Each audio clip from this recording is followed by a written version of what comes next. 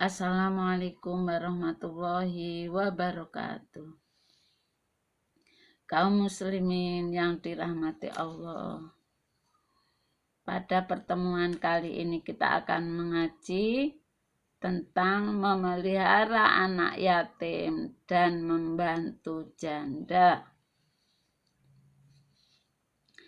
Bukhari meriwayatkan Nabi Muhammad SAW bersabda, "Aku dan orang yang memelihara anak yatim dalam surga seperti ini," sambil menunjuk jari telunjuk dan ibu jari. At-Tirmidzi meriwayatkan Nabi Muhammad SAW bersabda, "Barang siapa yang memelihara anak yatim di tengah kaum muslimin untuk memberi makan dan minum, maka pasti Allah akan memasukkannya ke dalam surga, kecuali jika ia telah berbuat dosa yang tidak dapat diampunkan." Di lain riwayat ada tambahan, sampai ia dapat berusaha mencari makan sendiri, maka pasti ia masuk surga.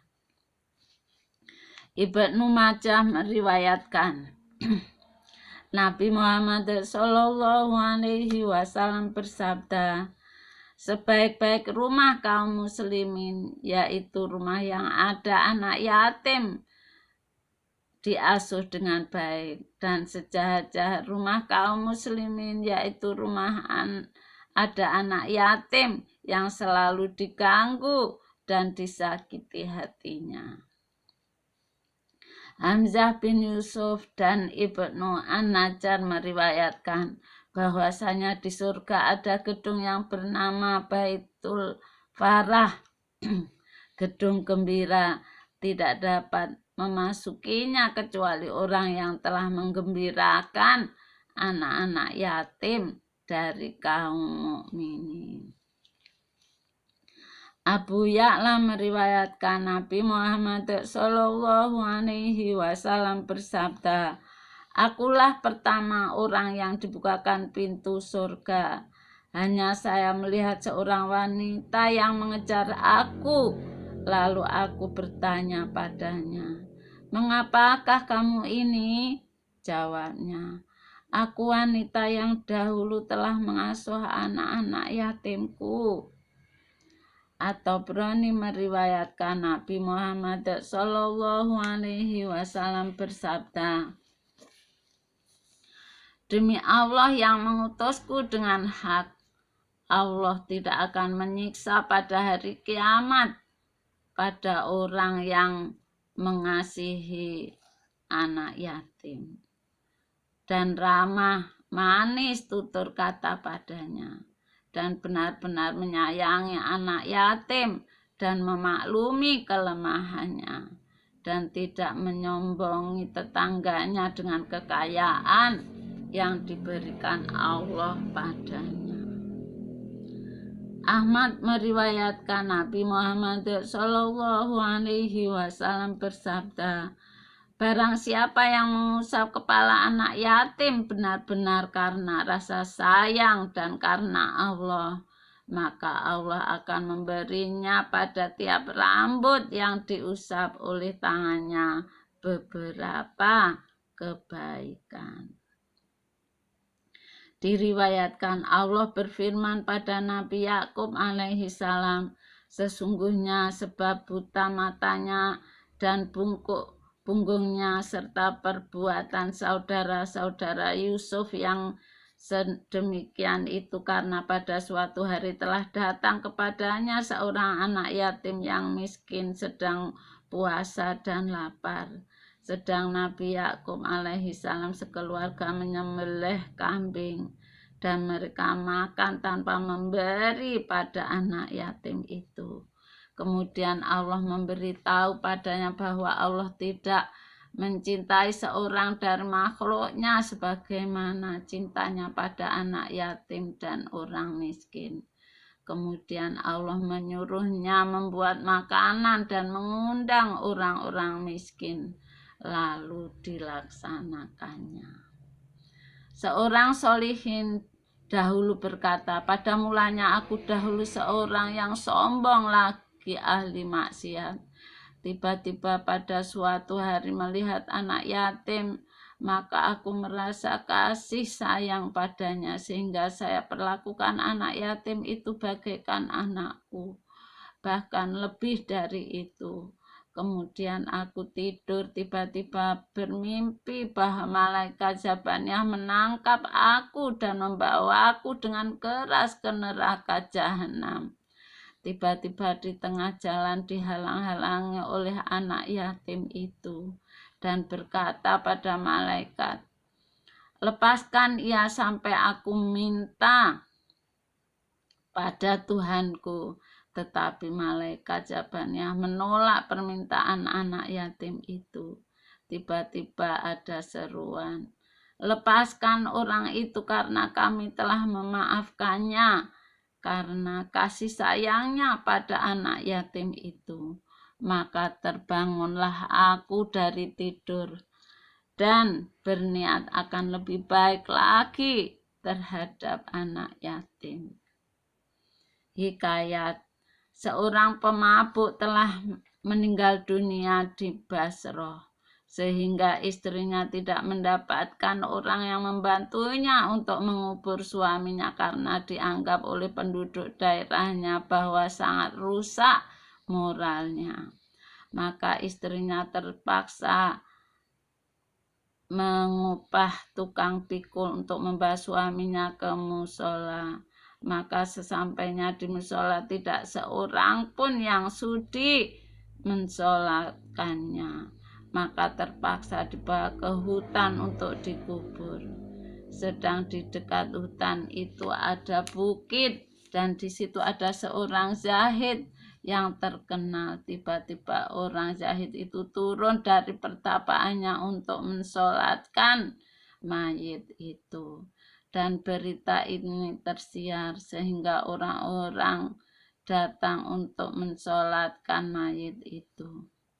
Lalu karena mereka merasa takjub terhadap yang turun dari pertapaannya untuk mensolatkan mayit itu, mereka bertanya, mengapakah ia turun untuk mensolatkan mayit ini? Jawabnya, aku diperintah turun ke tempat ini karena ada jenazah orang yang telah diampuni oleh Allah.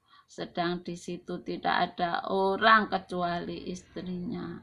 Maka orang-orang bertambah heran mendengar keterangan orang zahid itu. Lalu si zahid bertanya pada istrinya tentang tingkah laku suaminya. Jawab istrinya, sebagaimana yang diketahui orang banyak, yaitu ia sepanjang hari di kedai khamar dan hanya sibuk minum khamar dan mabuk. Dan ketika ditanya, apakah amalnya yang baik? Jawab istrinya, tidak ada, hanya bila ia sadar di waktu subuh segera mengganti pakaian dan wudhu lalu sholat subuh. Kemudian kembali lagi ke tempat khamarnya. Hanya saja di rumahnya tidak pernah kosong dari satu atau dua anak yatim yang disayangi melebihi dari anak kandungnya. Dan ada kalanya bila ia sadar lalu menangis sambil berkata, ya Tuhan, di bagian yang manakah dari jahanam yang akan Engkau isi dengan penjahat ini, yakni dirinya sendiri. Abu Hurairah radhiyallahu anhu berkata, Nabi Muhammad sallallahu alaihi wasallam bersabda, orang yang berusaha untuk membantu para wanita janda dan orang miskin bagaikan orang yang berjuang jihad fisabilillah. Juga sama dengan orang yang bangun malam tidak berhenti dan puasa siang tidak berpuasa. Ibnu Majah meriwayatkan Nabi Muhammad sallallahu alaihi wasallam bersabda, Orang yang berusaha untuk membantu wanita janda sama dengan orang yang berjihad fisabilillah, dan seperti orang yang bangun sholat malam dan puasa pada siang hari. Hikayat. Terjadi seorang Alawi mempunyai beberapa anak perempuan. Tiba-tiba ia meninggal dunia dan anak-anaknya dipelihara oleh ibunya dari turunan Alawiyat. Dan karena keadaan sangat miskin sehingga ia dengan anak-anaknya terpaksa pindah dari daerah itu dan terpaksa tinggal di sebuah surau yang sudah rusak dan tidak dipakai untuk sholat lagi. Sedang ibunya terpaksa keluar untuk mencari kebutuhan makan anak-anaknya. Maka pada suatu hari ia pergi kepada pembesar daerah itu, seorang muslim, untuk menyampaikan hal keadaannya serta anak-anaknya, tetapi keterangannya tidak dipercaya oleh kepala daerah itu. Bahkan ia minta bukti, maka dijawab oleh wanita itu, "Aku seorang gharib." Tetapi lurah itu mengabaikan hal itu. Kemudian wanita itu keluar dari tempat lurah itu dan bertemu dengan seorang majusi. Maka ia ceritakan hal keadaannya pada orang majusi dan diterima dengan baik oleh majusi itu. Bahkan ia menyuruh pelayannya untuk pergi bersama wanita menjemput putri-putrinya. Lalu diberi tempat di rumahnya dan dimuliakan sebagaimana lazimnya. Tiba-tiba pada malam hari, kepala daerah yang muslim itu bermimpi seolah-olah telah tiba hari kiamat, dan di atas kepala Nabi Muhammad SAW ada panji liwaul hamdi, dan di sampingnya ada gedung besar. Maka ia bertanya, "Ya Rasulullah, untuk siapakah gedung itu?" Jawab Nabi Muhammad SAW, "Untuk orang muslim." Lalu ia berkata, "Saya seorang muslim bertauhid." Tanya Nabi Muhammad SAW, "Tunjukkan padaku buktinya." Maka ia bingung. Lalu oleh Nabi Muhammad SAW diceritakan padanya keadaan janda Alawiyah yang datang padanya dan dimintai bukti kebenarannya. Maka ia bangun dari tidur dengan perasaan yang sangat kecewa karena telah menolak janda itu. Kemudian berusaha mencari janda itu sehingga mendapat berita bahwa wanita itu di rumah orang majusi. Maka ia pergi ke rumah majusi untuk minta padanya supaya ia menyerahkan padanya wanita muslimat itu, tetapi ditolak oleh si majusi dengan alasan, "Aku telah merasakan berkat orang-orang yang aku tolong ini." Lalu kepala daerah itu menyerahkan uang 1000 dinar pada majusi untuk imbalan bila ia suka menyerahkan padanya janda dan anak-anaknya itu. Mendadak si majusi berkata, "Yang kamu inginkan itu memang sayalah yang berhak.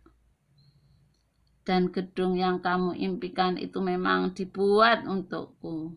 Jawab kepala daerah itu, "Kamu bukan muslim." Dijawab, "Apakah kamu akan berbangga padaku tentang Islammu?" Demi Allah, tiadalah kami tidur pada malam itu sehingga kami sekeluarga telah masuk Islam di tangan wanita Alawiyah ini dan putri-putrinya. Dan saya juga telah mimpi sama dengan impianmu itu. Dan ketika Rasulullah SAW bertanya padaku, apakah janda Alawiyah dengan putri-putrinya itu berada di rumahmu? Jawabku, benar ya Rasulullah. Maka sabda Nabi Muhammad SAW, gedung itu untukmu dan keluargamu. Setelah mendengar keterangan orang Majusi itu, maka kembalilah kepala daerah itu dengan perasaan yang sangat menyesal yang tidak terhingga. Kaum muslimin yang dirahmati Allah, dengan demikian marilah kita semuanya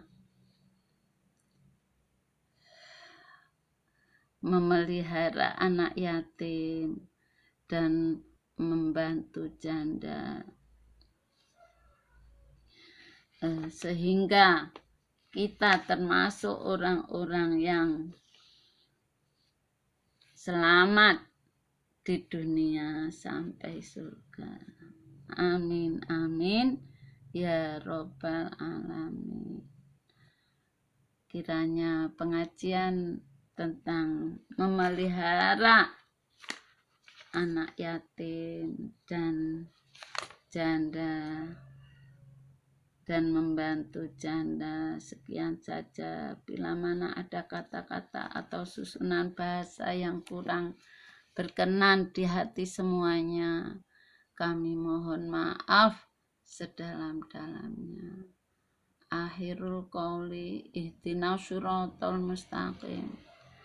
Wabillahi taufiq wal hidayah wa ridho wal inayah. Wassalamualaikum warahmatullahi wabarakatuh. Allahumma ja'al a'malana sholihah wa ja'alha liwajhika kholisah wa la taj'al li ahadin fiha syai'a. Amin ya rabbal alamin. Hadanallahu wa iyyakum ajmain. Ya Allah, jadikanlah apa yang kami kerjakan itu menjadi amal soleh dan semata-mata karena mengharap ridho Allah dan bukan karena sesuatu apapun. Kabulkanlah doa kami ya Allah, Tuhan seluruh alam. Semoga Allah selalu memberi petunjuk kepada kami dan kalian semua. Amin, amin ya robbal alamin. Wassalamualaikum warahmatullahi wabarakatuh.